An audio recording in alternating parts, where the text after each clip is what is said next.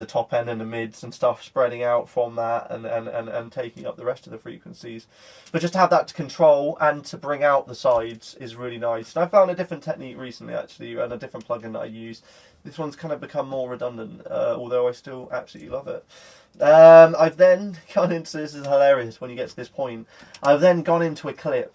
And the reason I've gone into a clip is just, let's get the Pro L up and hopefully it demonstrates.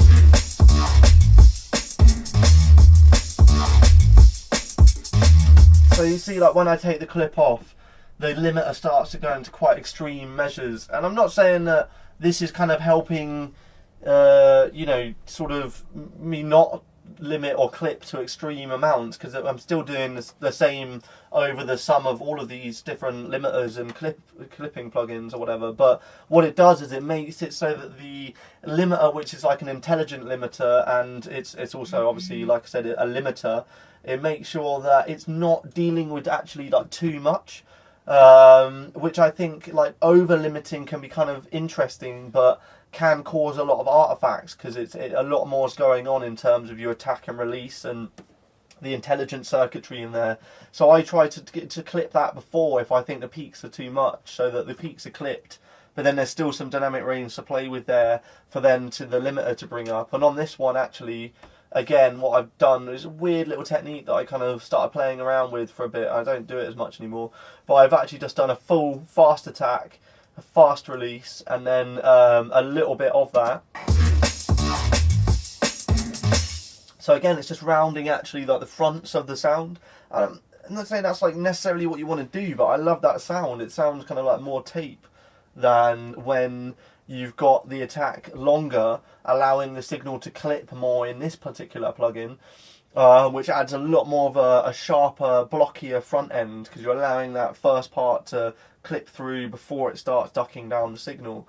And so yeah, that just helps. It like adds more of like a compression-y but really fast compression to the front, where it rounds off the front. And then I've used another limiter after that point to then kind of try and get my level. Both of them on oversampling, just because, you know, it's kind of better in this realm if you're trying to get a bit more headroom and you're trying to, you know, get a bit more transparency in your limiting. Then, you know, I think an oversampling of a higher amount works.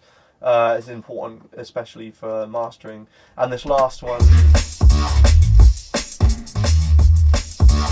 is just going to get us that level, and hopefully because of this clip, because of this dealing with a lot of the sort of front end, sort of, you know, over clicky transient, this last limiter then helps to. It then helps this last limiter to do its job, which is kind of the loudness.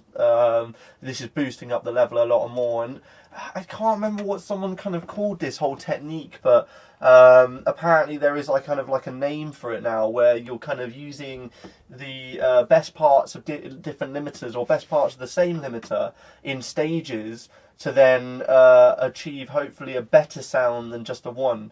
Whether it's actually better or worse is kind of always a mystery to me, whether I just actually put one Pro L on here on a different setting and got a better result. But, you know, I don't know, this was the way that I had to go to get to the end of you know, getting the sound that I wanted to hear, and getting the project finished. So yeah, it's quite an extensive master bus. I don't think that personally anything on there is doing too much though, and that's really key.